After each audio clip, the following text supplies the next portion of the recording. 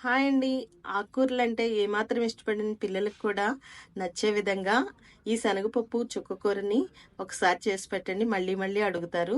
దానికోసం ఒక ప్యాన్‌లో ఆయిల్ వేసుకుని, కొంచెం ఆవాలు వేసుకుని, అవి వేగిన తర్వాత ఉల్లిపాయలు వేసి అవి బాగా వేగిన తర్వాత ముందుగా ఉడకబెట్టుకున్నటువంటి ఒక చిన్న గ్లాసుడు శనగపప్పుని దాంట్లోకి యాడ్ చేసుకోండి. చేసుకున్న శనగపప్పుని ఒకసారి మొత్తంగా కలుపుకుని, ఒకసారి కలుపుకున్న తర్వాత ఒక పావు టీ స్పూనుడంత పసుపుని యాడ్ చేసుకోండి.